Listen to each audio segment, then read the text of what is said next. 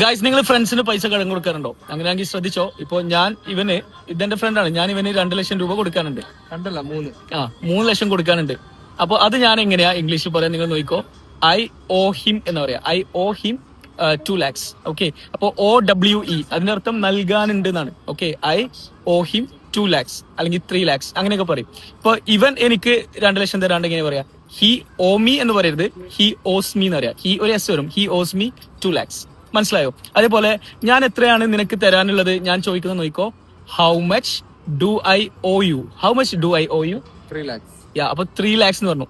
ഞാൻ വെറുതെ പറയാണ്, നീ എനിക്ക് എത്ര തരാനുള്ളത്? How much do you owe me എന്ന് പറയാം. How much do you owe me? നീ എനിക്ക് എത്രയാണ് തരാനുള്ളത്? മനസ്സിലായോ? അപ്പൊ ഇത് വളരെ വളരെ വളരെ ഇമ്പോർട്ടന്റ് ആണ്. അപ്പൊ ഞാൻ നിങ്ങൾക്ക് ഒരു ടാസ്ക് തരാൻ പോകുന്നതാണ്.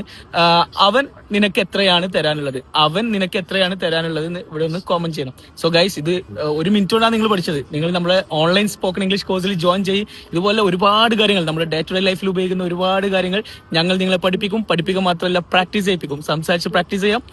നിങ്ങൾ ഫ്രീയുള്ള സമയത്താണ് നിങ്ങൾ കോഴ്സ് അറ്റൻഡ് ചെയ്യേണ്ടത്. പേഴ്സണൽ ട്രെയിനേഴ്സ് ഉണ്ടാവും.